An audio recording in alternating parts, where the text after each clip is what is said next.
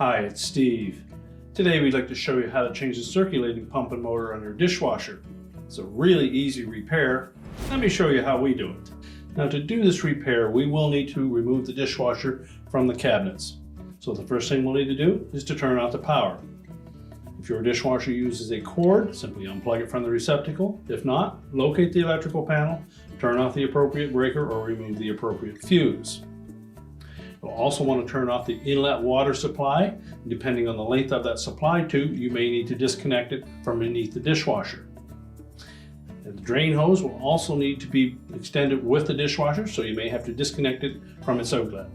Once we've done that, we'll want to remove the mounting screws that secure the dishwasher to the bottom of your countertop, and then we can pull it out to do the repair. Now that we have the dishwasher disconnected and pulled out of the cabinets, we've laid it on its back.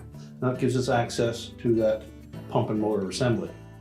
Our next step will be to disconnect the wire harness. Simply release the locking tab on the back of that connector. Now our next step will be to disconnect the wire harness. There's a little locking tab on the back side of that connector. Simply depress that and pull the connector out of the motor. Just tuck that out of the way. Now next we'll remove the two mounting screws that secure that mounting bracket. These are typically a number 20 Torx head screw.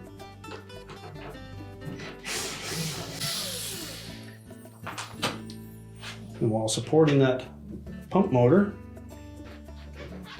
we'll want to pull this bracket out of the body.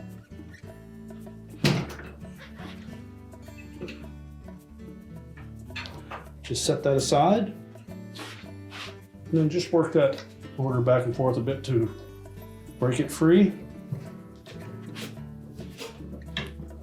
And then you can pull it right out of the pump body itself. We'll discard the old one. We'll also want to clean out this area so that when we install the new motor, that the gaskets will slide in easily. So just using a little bit of liquid dish detergent and water, we'll clean that area up first.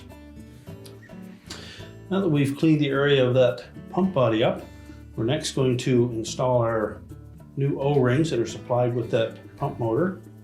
We'll take the larger of the two. We're just going to roll that down over the end of the motor until it fits into that groove. Do the same with the smaller one.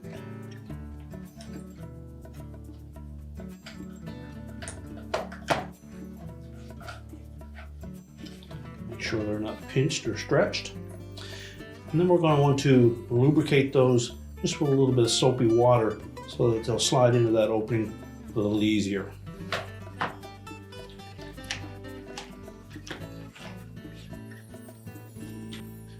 Now we'll take note that there is a notch on the body of that pump motor that has to line up with this tab on the base of the pump body.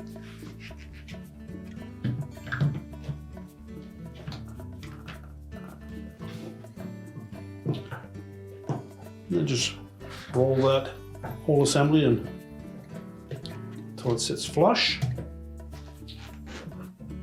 You can then reinstall the mounting bracket. It should line up with the tab in the center, and the two screw holes should line up. Secure that with the retaining. We're now ready to reconnect our wire harness. Make sure that we have that locking tab facing up.